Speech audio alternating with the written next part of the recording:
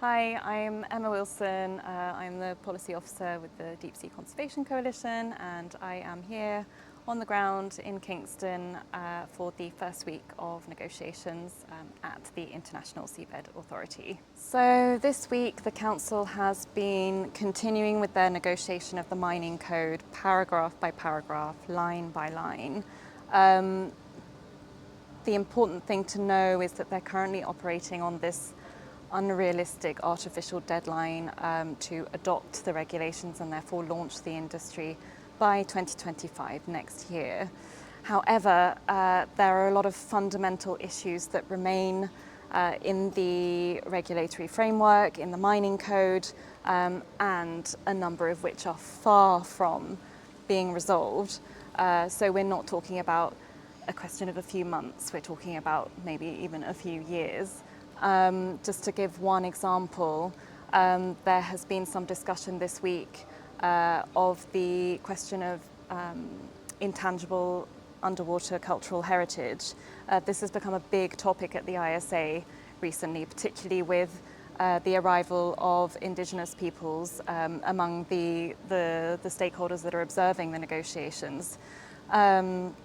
It's an issue that's gained a lot of ground over the last 6 months, but had really not been addressed at all, even just a year ago.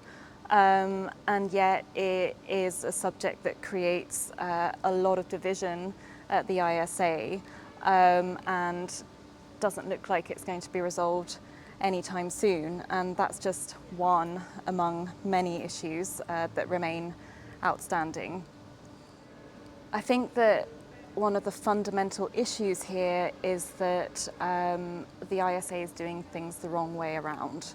Usually to develop a regulatory framework regarding the environment, you need a solid environmental baseline first and foremost. The science needs to be there. You need data.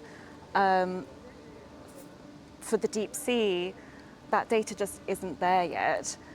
So now we're in this situation where the negotiators are essentially developing this mining code in a scientific vacuum, which is incredibly irresponsible, particularly in the context of a triple planetary crisis, and in particular a climate crisis. We know that the deep sea is really important in terms of climate regulation. So at this particular time, of course, it should be our obsession to protect these natural carbon sinks rather than move towards a time when we might be attacking them.